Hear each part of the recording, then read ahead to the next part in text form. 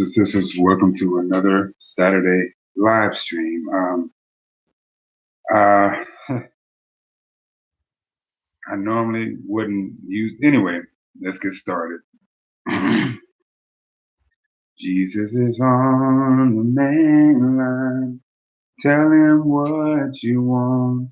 Oh, Jesus is on the main line. Tell him what you want. Oh, Jesus is on the main line. Tell him what you want. You just call him up and tell him what if you're sick and you can't get well. Tell him what you want. Oh, if you're sick and you can't get well. Tell him what you want. Oh, you're sick and you can't get well. Tell him what you want. You just call him up and tell him what you want. Call him, tell him what you want. Oh, call him, tell what you want. Oh, call him, tell him what you want. You just call him up and tell him what you want. Amen. Let's go ahead and get started. And it's going to be coming from Job 32, verses 1 through 22. So these three men ceased to answer Job because he was righteous in his own eyes.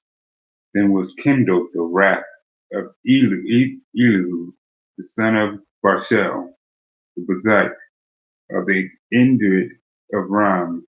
Against Job was his wrath kindled, because he justified himself rather than God.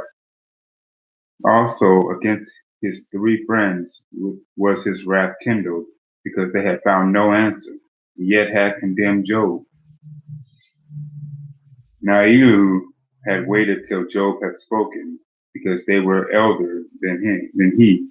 When Elihu saw that there was no answer in the mouth of these three men, then his wrath was kindled. And Elihu, the son of Barchel and Bezite, answered and said, I am young, and you are very old. Wherefore I was afraid, and durst not show you mine opinion. I said, days should speak, and multitude of years should teach wisdom. But there is a spirit in man, and an inspiration of the Almighty giveth them understanding. Great men are not always wise, neither do the aged understand judgment. Therefore I said, hearken to me. I also will show mine opinion. Behold, I waited for your words. I gave ear to your reason. While as ye search out what to say, yea, I attended unto you. That convinced Job, or that answered his words. Lest ye should say, we have found our wisdom. God trusted him.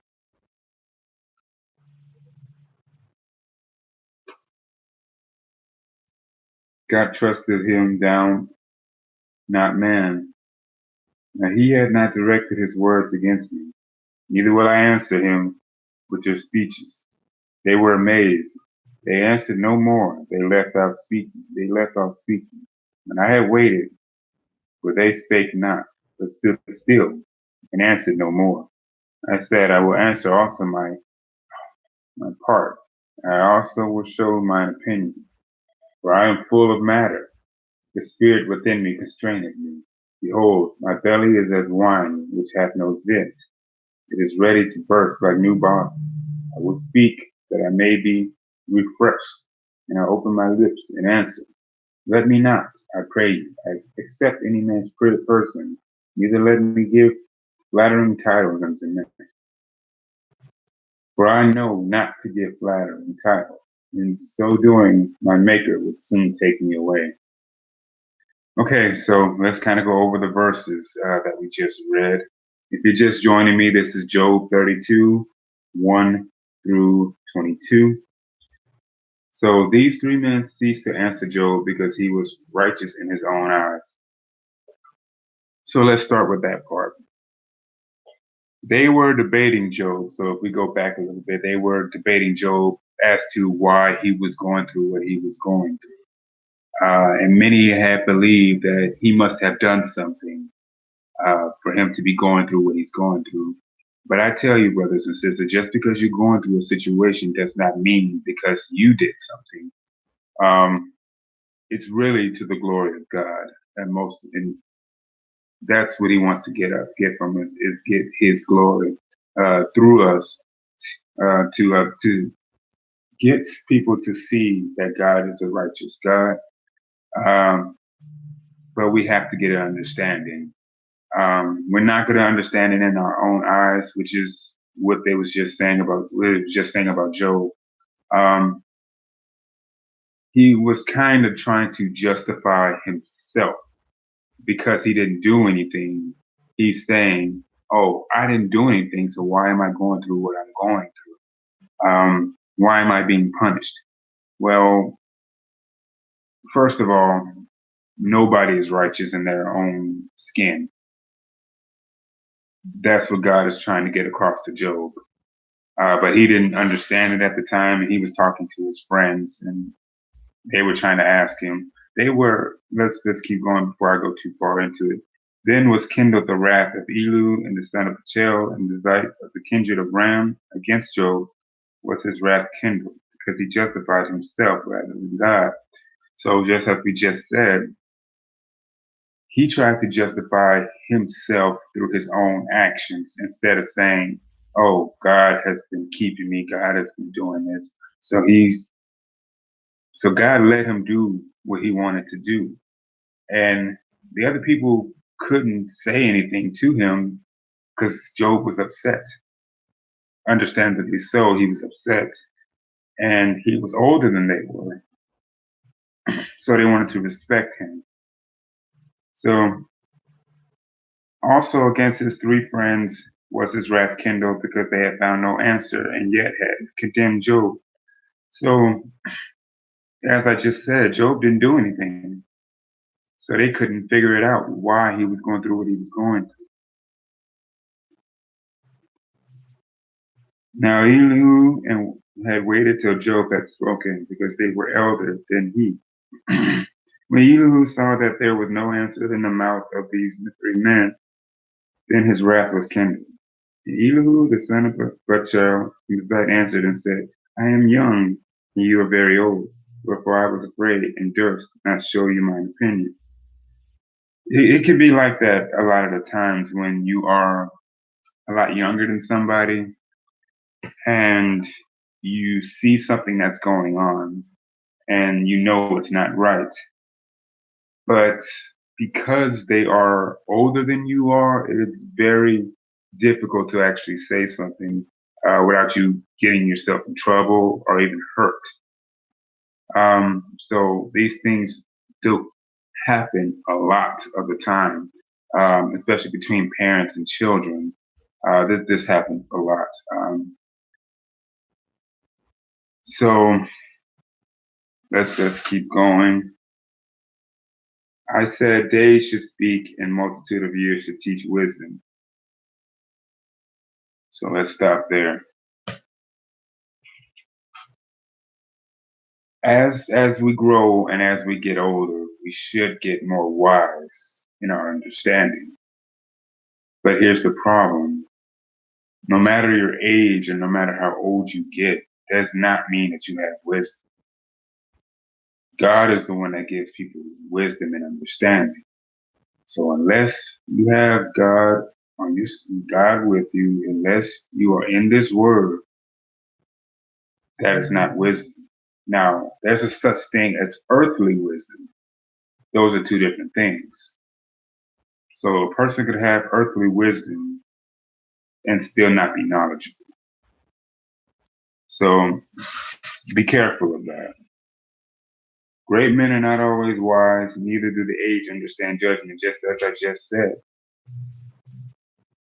People that are extremely famous does not mean that they're wise. Just because they're a lot older than a person does not mean that they're wise. Therefore I said, hearken to me, I also will show mine opinion. Behold, I waited for your words. I gave ear to your reasons, while as ye searched out what to say. So Job was thinking of what he wanted to say, and they did not say anything until he said what he had to say. So a lot of the times, when it comes to basic conversation, um, that's why we have two ears, so we can listen more than we are speaking. That's why we have one mouth.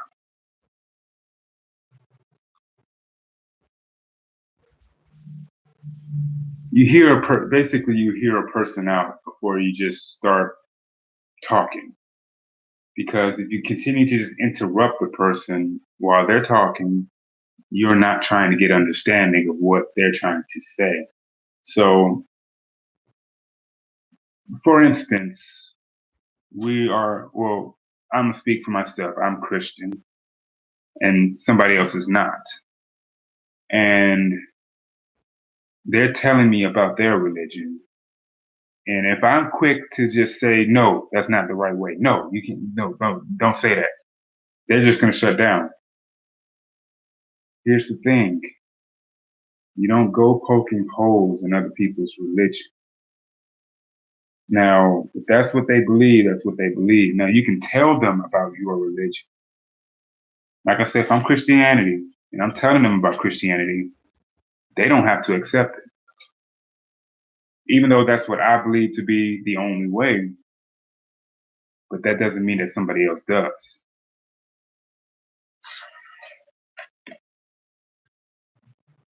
Behold, I waited for your words to give ear to your reason while I searched out what to say. Yea, I attended unto you, and behold, there was none of you that convinced Job or that answered his words. So Job finally said something, and none of them could come up with an answer because they know he was right. He didn't do anything, but that doesn't make it right to God.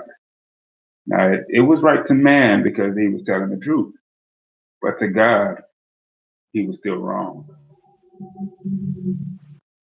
This she said, we have found out wisdom. God trusted him down, not man.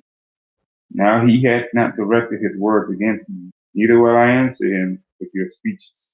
They were amazed. They answered no more. They left off speaking. When I had waited, for they spake not, but stood still, and answered no more. I said, I will answer. I said, I will answer my part, and also show mine opinion. For I am full of matter. The spirit within me constraineth me. Behold, my belly is as wine which hath no vent. It is ready to burst like new bottles. I will speak that I may be refreshed. I will open my lips and answer. Let me not, I pray you, accept any man's person. Neither let me give flattering titles unto men. For I know not to give flattering titles. In so doing, my maker will soon take me away. Titles, and not speaking. Sometimes you don't have to answer every question a person asks you. You don't have to answer everything that somebody tells you. Now, Job was very right at the end when he said about the titles. Now, many people call themselves a bishop, deacon, this, that, and this. Those are true titles. But here's the problem. They mean absolutely nothing to God. Those titles mean nothing. Your positions, your work, everything else, nothing else matters but that you believe in Jesus Christ. That's the one thing that he's looking for his disciples, for his people, is that you believe that Jesus died on Calvary cross, and in 3 days that he rose again with all power. Once you believe that part, then he can start the process. But until you believe that first part, nothing's going to change. So We're going to end it off here. Jesus, getting us ready for that great day. Oh, Jesus, getting us ready for that great day. Oh, Jesus, getting us ready for that great day. Oh, who shall be able to stand? Father, we once again come to His humble and I thank you for everything that you're going to do, everything that you're about to do, Father. Father, let the Spirit move, Father. Let it move in this place right now, Father, that it may go through these screens and go through the airwaves, Father. That we take back what the enemy has tried to take right now, Father. That it let it go through the airways, Father, and let it touch those who it needs to touch right now, Father. Because you already know who it is right now, Father. You already know who it is, Father. Let it touch. Let it permeate, Father. Let it go through our minds, Father, that we may get an understanding of what you're trying to tell us. Help us, Father. Lead us and guide us, Father. In Jesus' name, I pray. Well, brothers and sisters, I hope you are getting an understanding of what these passages are trying to let us know. As always, if you have any questions, feel free to leave them in the comment section, and I will try to answer you as best as I possibly can. And as always, stay in God's grace.